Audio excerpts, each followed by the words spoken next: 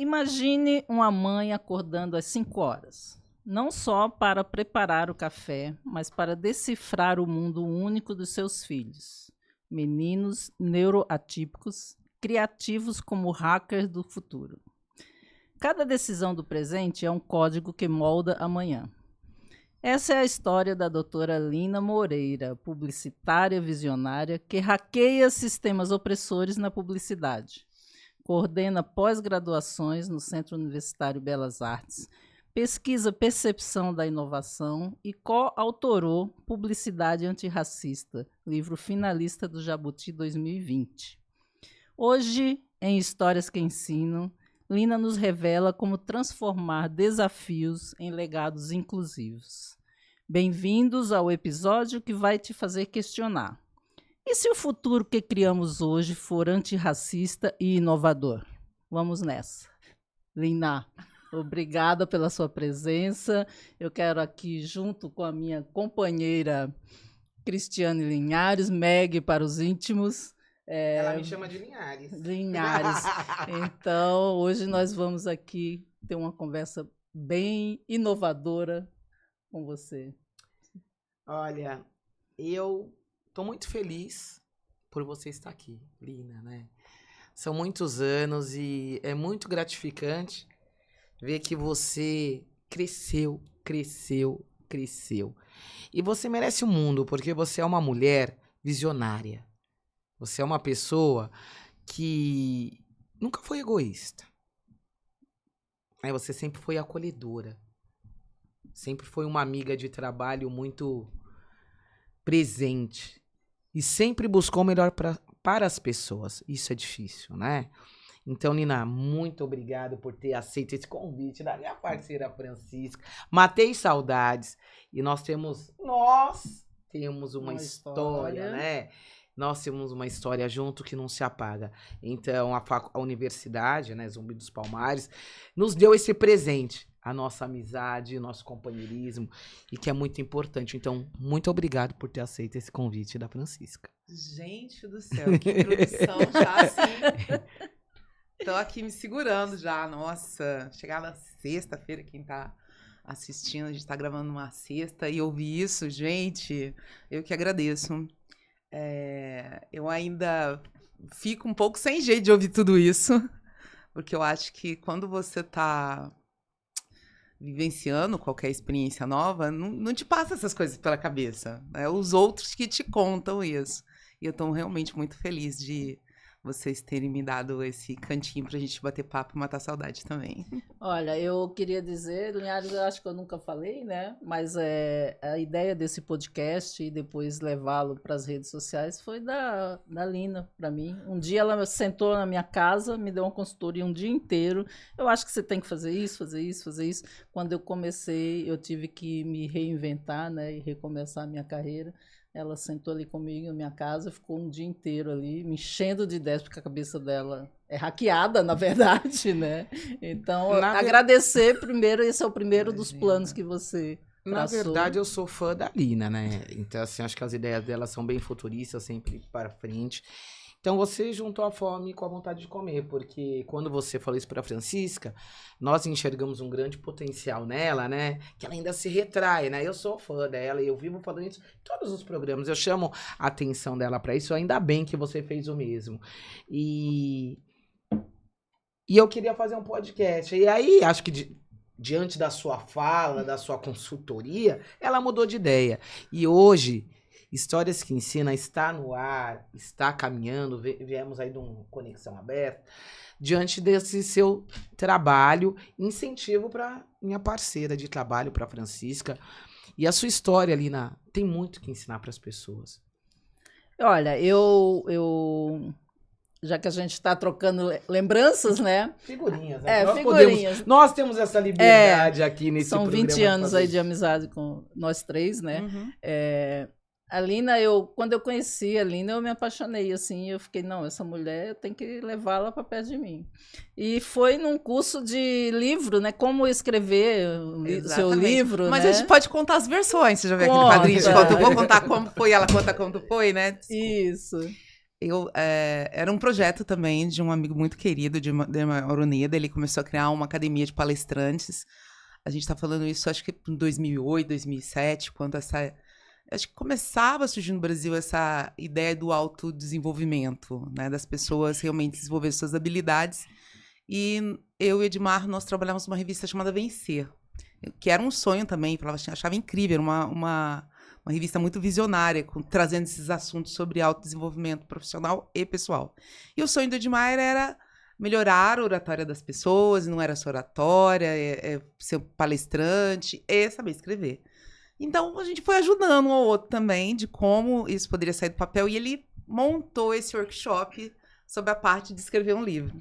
E na hora de se apresentar, a Francisca, sou Francisca, tal, Zumbi dos Palmares, aquilo eu olhei.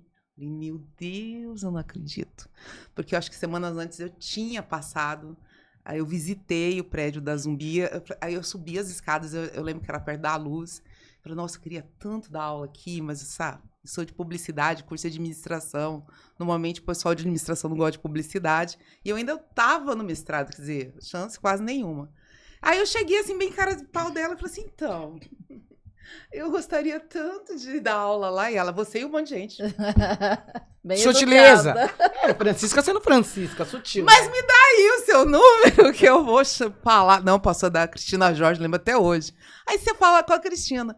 E eu mandei 1, 2, 3, nada da Cristina Jorge responder. A Cristina Jorge era uma pessoa que respondia tudo muito rápido. Eu posso dizer, né? Não, como eu falei, eu vou contar meu lado. Eu comecei com ela em 2005, né? Então eu sabia bem que era a Cristina Jorge. E aí, não, mas ela é uma querida. Eu acho que tudo que é bom que a gente sonha tem lá esses passos legais das dificuldades. E ela é uma querida, ela é uma pessoa que ficava ali no nosso pé, né? Exato, exatamente.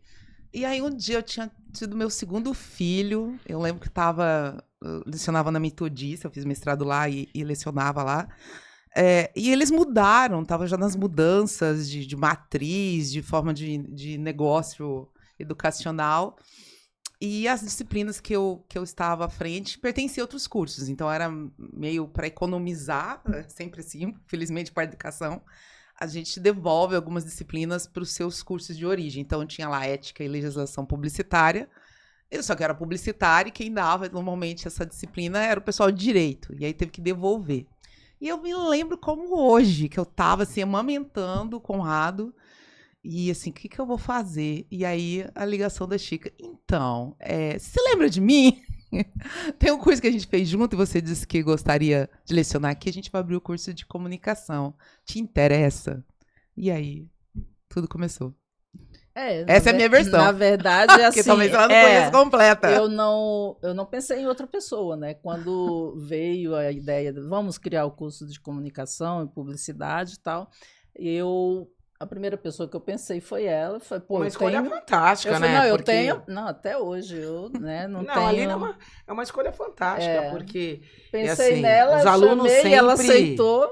E ela sempre é acolhedora, né? Essa história mãezona da Lina que... Faz ela ser uma pessoa mais gostosa do que já é. Mas aí a gente, né, embora estejamos um pouco distantes, mas a gente tá sempre se falando, Sim. sempre juntos. Distante nunca, filha, porque existe celular pra isso. Nós matamos a saudade. Descobrimos uma outra paixão em comum, que são as séries coreanas, e aí a gente foi até em restaurante coreano outro dia. Mas 2 senhoras, entendeu? Ainda bem que não me chamaram por essa paixão. Gostando de BTS. Não, BTS, K-pop não. Não. Mas eu fico ali só nos dramas por causa das narrativas mas boas. já que estamos falando de acolhedora, como é ser mãe de meninos neuroatípicos e te tornou um hacker do futuro? E como é isso, ser mãe desses... Eu acho que antes dela responder o que são meninos neuroatípicos, devia falar, porque tem pessoas que ainda não sabem o que são neuroatípicos. Fala pra gente, Lina, o que são pessoas neuroatípicas. Eu acho que até 90 a gente tinha um preconceito muito grande com as questões da parte da forma que o cérebro se apresentava, que nós não somos iguais mesmo, mas principalmente pouca divulgação a respeito. Então, a gente tinha o tratamento como doença. Então, se você tinha um filho autista, e vou dizer assim, em 90, nem o termo direito era era dito, principalmente no Brasil. É Então você verdade. tinha uma doença, né? E era tratado assim. Por que a gente hoje consegue conviver mais tranquilamente com as pessoas que são Down? Porque as famílias que vieram depois de 90 colocaram essas pessoas para conviver com a gente. Antes elas viviam escondidas. Não é que de repente todo mundo se tornou autista, dislexo, Down. Não É é uma isso. realidade. Já existia, só que a gente escondia. Ninguém queria Não falar queria, que tinha. não tinha, você não via, era raro você ver. Mas por causa de mães e pais muito dedicados em Como você? mudar, então você começa a discutir isso, e é lógico, a ciência evolui muito, para falar assim, não, essas pessoas não é uma doença, é uma condição. Né? Ninguém nasce, nós não somos iguais, essa palavra normal cada vez mais está se esvaziando, esse sentido de normalidade. E eu tenho, quer dizer, o diagnóstico meu exatamente lá por volta de 98, que é o meu primeiro, que tem 31 anos. Que já tem 31 anos. Tem 31 anos. Os fios de cabelo branco já estão aparecendo. Então, e se tem essa diferença, assim, olha, para a gente não explicar até a condição, né, assim, o que é uma condição, o que é um espectro, surgiu uma palavra para falar isso da neurotipia, quer dizer, daquelas pessoas em que o cérebro não funciona como os atípicos. E ela foi cunhada exatamente com uma pessoa que tem essa condição, dentro das várias palavras que surgiram a partir do final de 90 para 2000, para você começar a ter a inclusão, né? E que entra até a diversidade nisso, né? De não você desassociar da ideia de uma doença. Então, foi cunhada a palavra com esse sentido. Então, quem está dentro dessas condições neuroatípicas? O TEA, o Down, o pessoal que tem borderline, o pessoal que tem ansiedade, que é a descoberta que é a maior que a gente tem entre neurociência e psicologia, né? Que são as nossas maiores contribuições nesse novo século, da gente compreender que nós não somos iguais, que o nosso cérebro e as nossas emoções fazem com que a gente fique doente. Então, se a gente não se cuidar, e aí eu acho que tem uma mensagem muito legal de a gente compreender isso, e a ciência nos favorece, a neurotipia te convida para você ter um estilo de vida saudável. Tá? É uma condição de, assim, daqui você não pode passar, de compreender limites, né? De compreender que o sono é importante, que comer bem é importante, que a atividade física é importante. Se você tiver uma vida equilibrada, você faz o que você quiser. Mas até a gente aprender também esse novo lugar, a gente tem que conversar muito e fazer algumas mudanças em tudo que a gente vê aí na vida, no mercado de trabalho, academia, tudo. E é o que a gente está vivendo agora. Esse é o neuroatípico. Exatamente. Então, todos nós, na verdade, né? Porque quando a gente não se coloca limites, a gente vai apresentar sintomas. Mas as pessoas que são diagnosticadas, realmente elas precisam se cuidar, né? Porque não vai sumir, não tem uma cura. Você não vai amanhã tomar um remédio que você vai deixar de ser uma pessoa com transtorno de hiperatividade. Não, é sua condição. O seu cérebro funciona em 220. Então, ao contrário, assim, lá no começo, né? O moleque não para quieto. Vou enfiar ele no esporte, vou enfiar... Não para. Na realidade, um hiperativo, ele precisa sossegar, ele não pode ter mais estímulo. Na verdade, coloca pra fazer exercício para achar que, na verdade, você tá agitando. Vai gastar, né? Vai gastar toda essa energia. Olina, aproveitando a sua fala aqui, porque eu fico sempre prestando atenção, né? E a França falou, então, todos nós... Essa agora é TDAH, né? E a maioria das pessoas estão sendo diagnosticadas com isso. E outro dia eu conversei até com uma pessoa da área. E ela disse que nem todo mundo tem TDAH e que agora virou uma moda. É muito triste. Então, porque assim, a pessoa nem vai no médico e fala... Isso mesmo. Desculpa, né, tá nesse sentido, mas assim... Isso, o especialista dessa área falou pra mim. A pessoa nem vai no médico e ela se intitula que tem TDAH, porque ela é agitada. Então, agora, eu tenho TDAH. Agora as pessoas estão com essa fala. O que você pensa disso, já que você é bem conhecedora disso, assim, não profundamente. Eu vivencio sei lá, né? Como é, realmente, aproveitando, né, o gancho, e como é o seu dia a dia com essas crianças? Não, Bom, essas crianças não, são né, duas que gerações já estão adultos. completamente diferentes. Mas, assim, essa história de as pessoas se colocarem, né, doente, porque tem o TDAH, vê lá, agora tudo é TDAH. Nem tem, mas ela fala que tem, que é pra justificar. Você que vivencia isso há muito tempo, né? Não vou falar só de TDAH, do assunto que você... Como é que é isso, por favor? É irritante. Eu vou usar as falas do meu filho mais novo. Quando o colega de escola esquece alguma coisa, me TDAH. Você tem laudo? Se você não tem laudo, por favor, não use. Ele fica irritado. Porque não tem glamour nenhum. E eu acho que as pessoas, às vezes, usam no lugar de glamour e justificativa. Não tem glamour nenhum.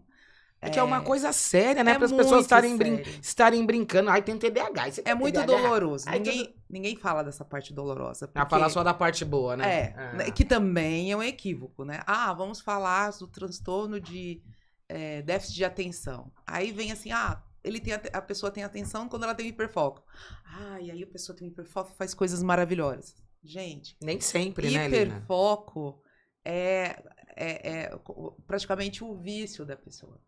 Então, se tiver interesse por esse copo, ela realmente vai ler tudo sobre esse copo, ela vai entender tudo.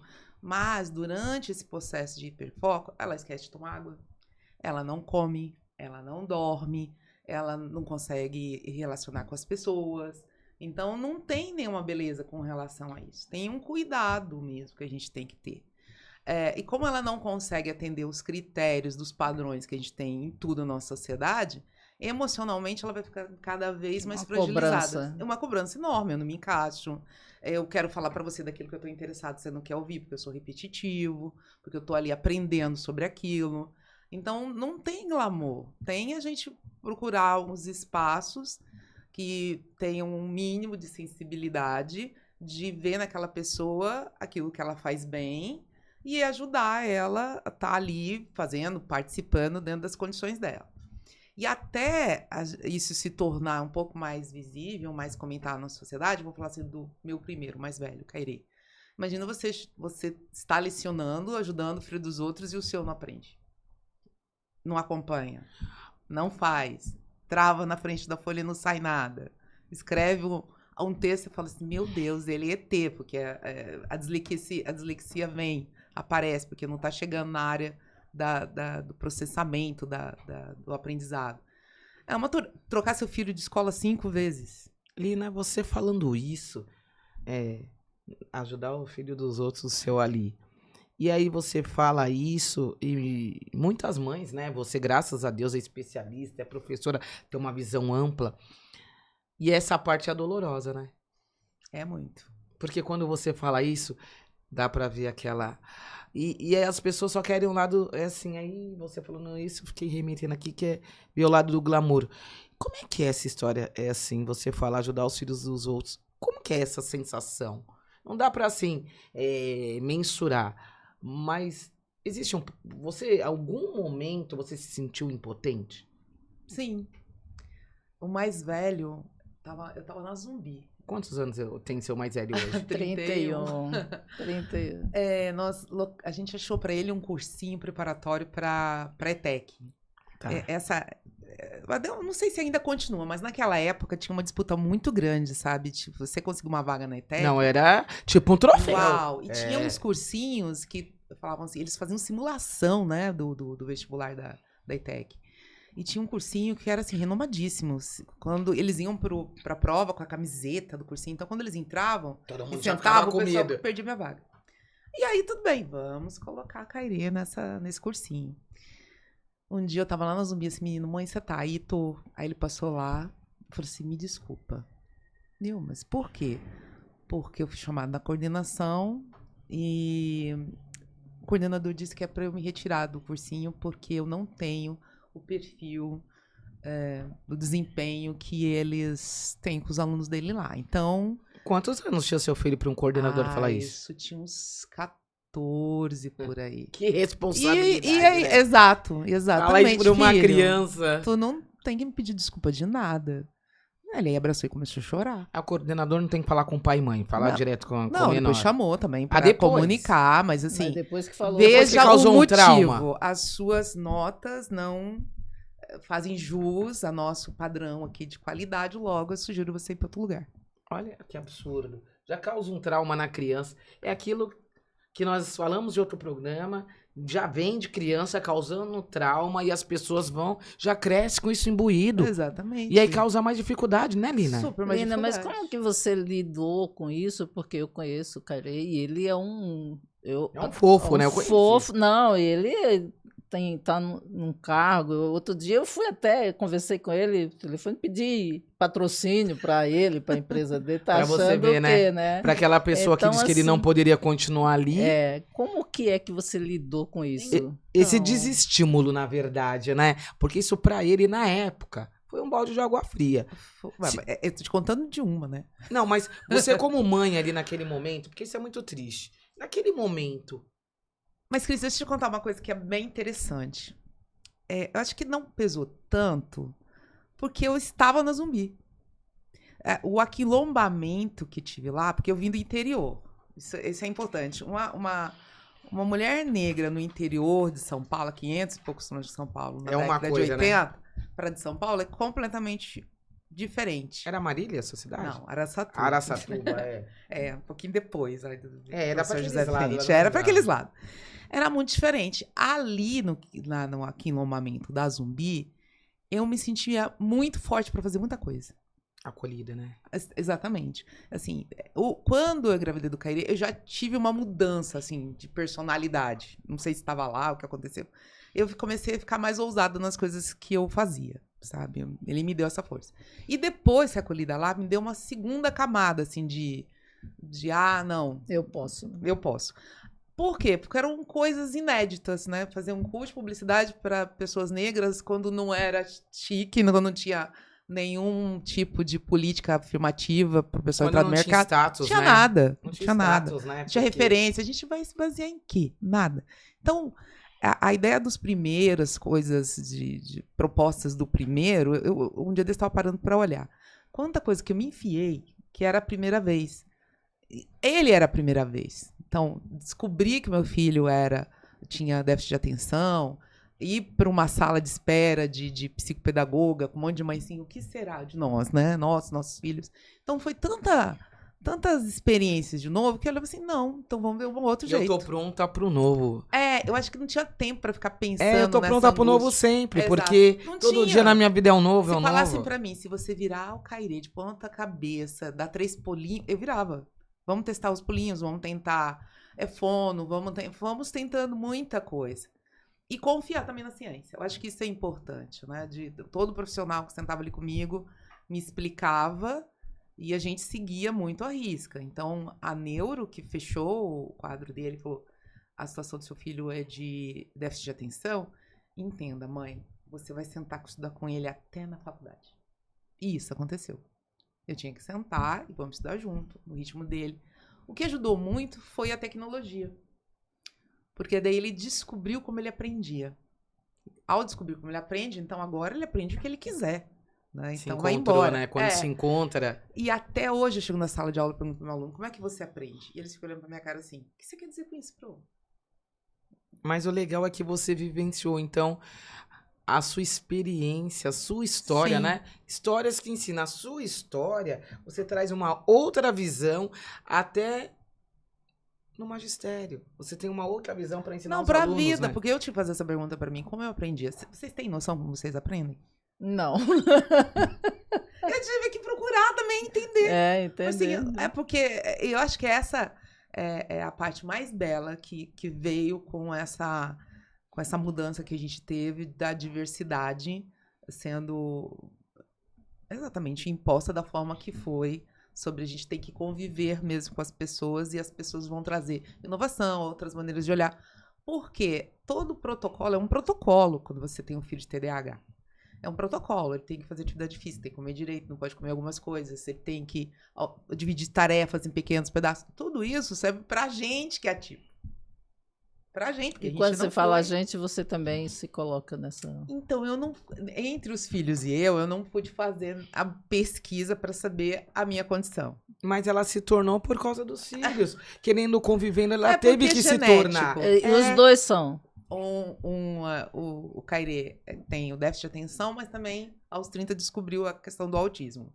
E o mais novo é hiperativo, que tem dislexia, tem um QI um pouquinho acima da média, mas são de gerações diferentes, com condições diferentes, com necessidades diferentes. Com modus operantes de vida Totalmente totalmente diferentes. Em função, aí agora a gente descobriu, do autismo, a bateria social do Cairê é menor. Então, você põe ele no palco, ele dá uma super numa palestra, você fala, cara, você me animou, saiu de lá, ele, bum, cai no chão e pode levar pra casa. Por quê? Aí ele não consegue mais, foi tudo lá. Os outros Já da o mais energia dele. novo, ele é o povão, então ele grupo, os amigos, o valor dos amigos, e vamos fazer um monte de coisa. Então, assim... São água e 2 pesos e azeite. 2 medidas. Totalmente. Totalmente diferentes. Totalmente. E ele agarra, ele precisa de contato físico para poder até se regular emocionalmente, para ele se sentir seguro, ele precisa te abraçar, né? E aí, vai abraçar o outro. Sai daqui, moleque, você é carente. É que a sociedade ainda tem isso, né? Não, é por causa dessa questão, não. Então, mas a sociedade tem isso, né? com o Você é autismo carente, é mas complicado. não sabe que tem uma outra situação por trás. Tem uma outra É isso situação. que eu quero dizer. Ah, você é carente. Não, mas essa carência tem uma outra E situação. como é o seu dia? Você tem que se acorda, né? Tem que cuidar deles. Cuidar do marido também, que tem um QI super elevado. O seu também não deve ser um QI Não, da Lina, eu baixo. posso falar que é bem elevado. É, bem elevado. Nós somos Aí como- colegas de trabalho e é bem elevado. Como aqui é da esse Lina. seu dia a dia, Lina? Também é desgastante, gente, porque pensa numa casa que todos eles precisam viver à base de uma rotina. O cérebro do neurótico precisa da rotina, exatamente para não entrar nos gatilhos, né? De não tô conseguindo. E aí eles se desregulam emocionalmente, né? Pode desde dormir o dia inteiro a entrar numa crise nervosa. Então, é triste, porque você daí fica lá. Juro por Deus, na minha geladeira tem uma tabela da terapeuta comportamental cognitivo. 9 horas, comer, tomar banho, sair com São cachorro. regras, né? São regras. E você tem que ficar dando suporte. Então, são 10 horas. Ó, a cachorra, olha a água, porque tem que construir esse lugar. Nossa. Eu falo que eu quero Eu férias. adoro tantas regras. Quantos anos tem o seu mais novo agora? 18. 18. Imagina, mãe, gestação. E não é uma coisa. E você tá testando pra ver onde é que funciona com ele.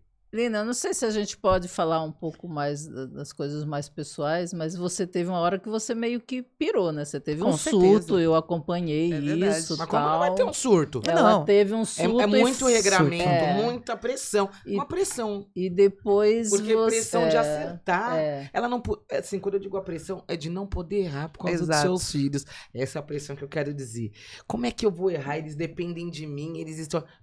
É uma pressão muito grande. Porque se ela erra também, aí vem aquela quebra, né? Da cadeia, né? Tudo ali que ela inspirou. Mas aí tudo... mostra que a gente é totalmente falível, fraca, né? O ser humano, Que né? Como foi esse momento que eu acompanhei, mas eu É queria que você verdade. falasse esse momento mas que é você muito pirou e importante. depois você se reencontrou, enfim. Eu tive que ser obrigada a olhar pra mim.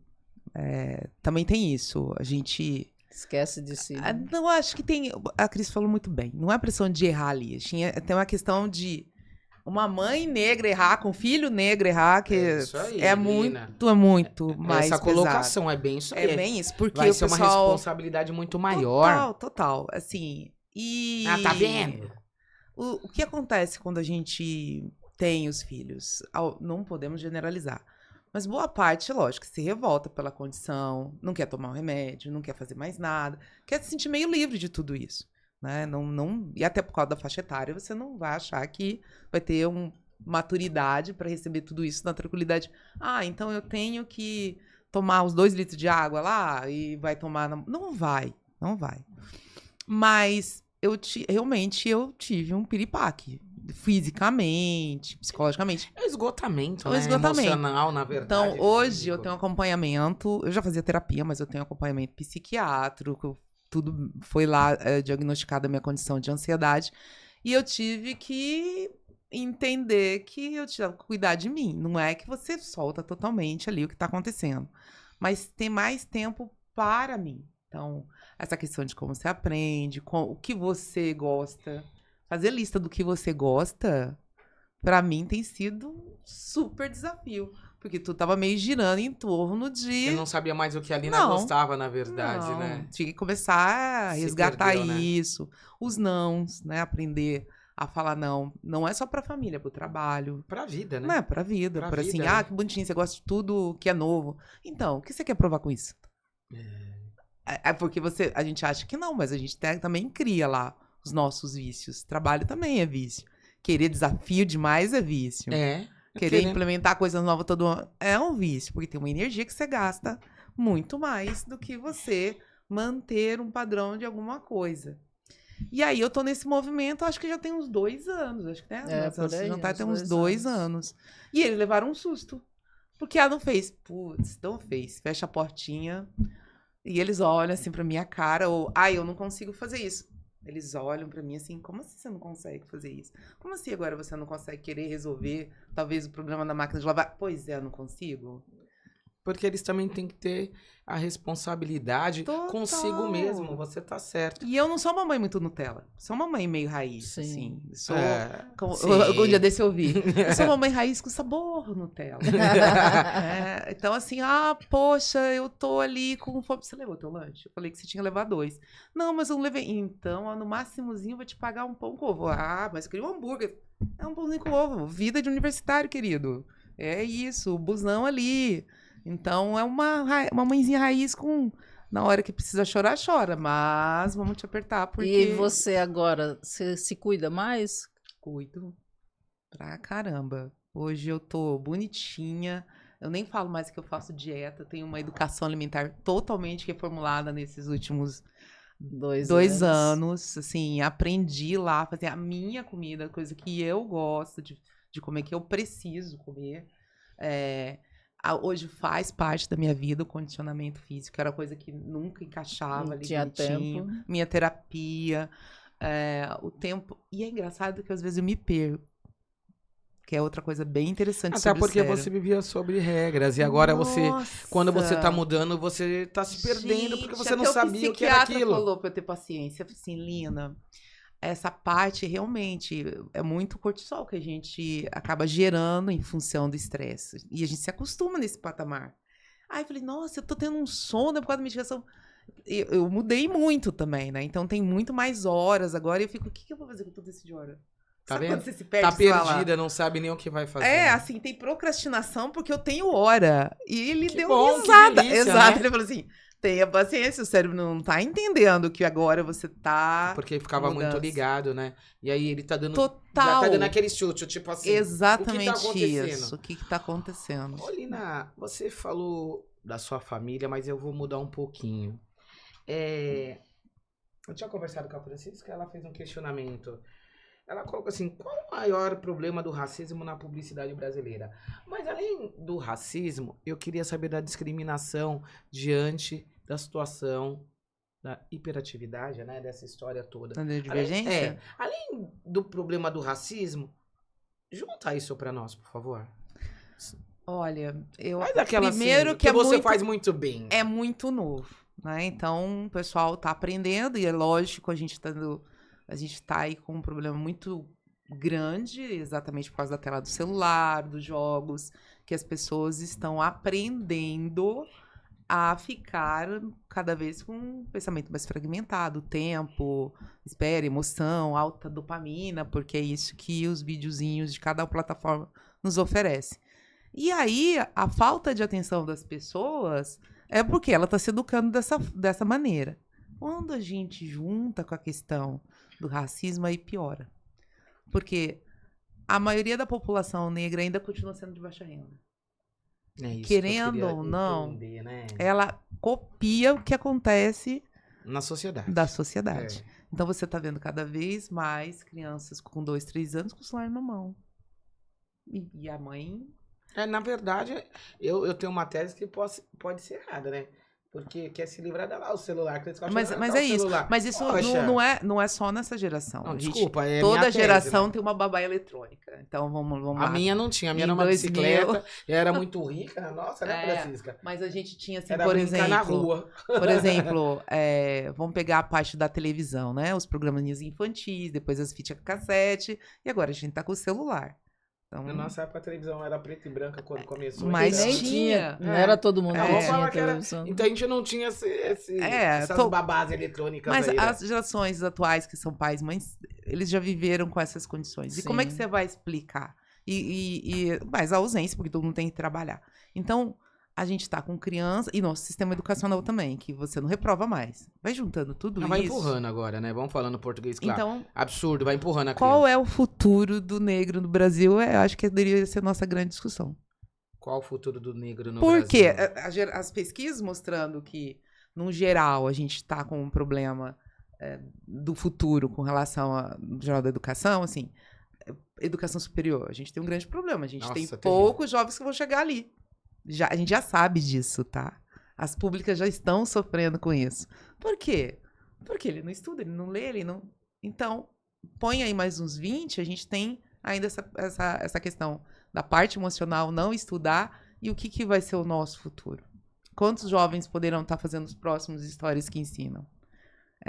Essa tem sido a minha preocupação. Em qualquer lugar que a gente vai, a gente fala assim, então, cuida da tua criança. Ela não precisa de celular, ela não precisa desses produtos industrializados. Porque o cara que é rico, ele tá fazendo isso. E a comida, a gente precisa de comida de verdade para um cérebro que possa ser inovador. Senão, ele não vai acontecer. Então, o nosso problema tá ali. E a falta de compreensão do que é ser uma criança neurodivergente para um pai como esse. Outra conversa que eu tive com a Francisca, e ela colocou muito bem. Você podia falar pra gente? Qual assim, não estamos falando de celular, criança. Qual lição aí que você pode falar pra nós, né, do hacker no futuro? Não, porque eu fico preocupada, né? Porque nós estamos falando de crianças e assim eu vejo as crianças lá, tira o celular, a criança fica histérica. E mesmo na sala de aula, bate no professor, é uma coisa de louco. Então, o que você pode falar pra nós sobre isso? Bom, eu sou uma pessoa otimista, né? Você acha que...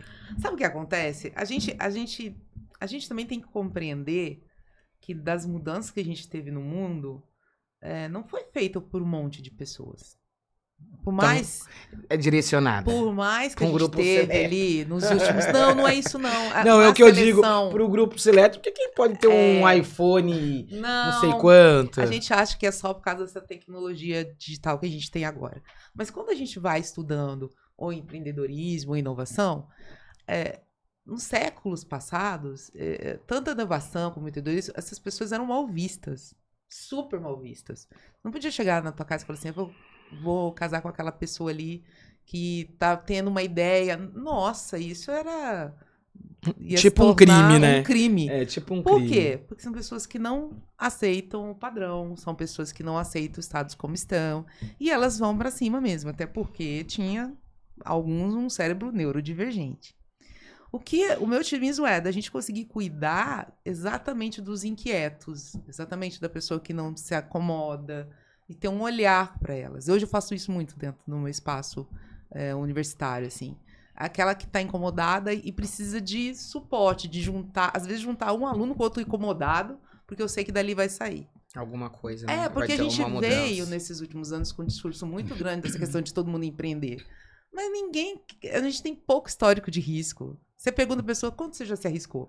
Nada. Então, como é que você quer empreender? É um lugar do incerto. Então, Como é que você quer arriscar, né? e sempre a gente vai ter esse um outro, mas a gente precisa dar suporte para esses inquietos, para essas pessoas, esses jovens, essas crianças, elas vão despontar. A gente só tem que ter um olhar para ela, né? Um pouco diferenciado nos espaços que a gente tiver. Porque achar que uma sala inteira, um grupo inteiro vai fazer mudança, a gente sabe que não. A história sempre alguns poucos poucos malucos, né? os poucos malucos. E aí ter ali, eu não posso mudar o mundo, mas assim, de onde eu estiver, no espaço que eu estiver, tá esse olhar, conseguir em outro lugar deixar uma outra sementinha para uma pessoa também poder ajudar. E aí a gente vai continuar hackeando esse sistema do futuro e mantendo ali algumas mudanças possíveis. Bom, vamos. Tá chegando ao final. Chegamos né? ao final. Obrigado. De mais um programa. Né? Doutora Lina Moreira, por hackear o nosso mindset, né? Agora vamos aprender como fala, né? É verdade, né, Francisca? É muito importante isso daí, né? Suas histórias nos ensinam muito sempre. Eu sou uma pessoa fã, admiro demais esse seu otimismo, sempre otimismo. Sempre rindo, uma concorrente do seu sorriso, olha, você tá sempre rindo. Ai, não tá bom, tem que... Mas a vida... É bom saber que eu não tô sozinha ainda. Nós não estamos sozinhos, tem alguém que sorriu conosco, Lina. Obrigada, Lina. Obrigada, doutora Linhares. Meg, querida, compartilhe, né, nossas histórias que ensinam, se inscreva no nosso canal, vamos divulgar. Acho que o papo hoje nem levamos tanto para o lado da publicidade, porque a Lina é uma pessoa multimídia, né, multifocal, então a gente levou para um outro lado, acho que mais humano mesmo, não mas só da mas foi muito importante isso daí, sabe por quê? Porque as pessoas fogem desse assunto, Francisca. Sim, Ninguém quer falar sobre isso, Lina. Mas contempla dentro da área da publicidade, porque o maior número tá lá de pessoas. Não, mas assim, mas as pessoas não querem falar, é um assunto que as pessoas fogem, né, Lina? Você vê isso daí até hoje, é um assunto que é do cotidiano, todo mundo vive isso daí e é muito interessante. Mas assim, Lina, foi um super prazer te reencontrar, tá aqui com você, com a minha parceira de podcast, Francisca, e sempre aprendo alguma coisa com você. Te encontrar é sempre um aprendizado, é uma novidade. Então, muito obrigado por você ter arrumado, que agora ela tá com espaço. Ela falou que tá com espaço. Antigamente eu falava por arrumar um espaço, agora não. Muito obrigado por ter cedido o seu espaço, porque você falou que agora você tem tempo, antes não tinha. O prazer foi todo meu de poder ver um projeto tão maravilhoso desse nascer, que é importante, como eu disse, sempre terão inquietos que vão estar contribuindo, né, para esse hackeamento do nosso futuro negro. Mas deixa aí no chat as perguntas para a doutora Lina, que ela responde tudo. A gente manda para ela. Obrigada e até o próximo programa.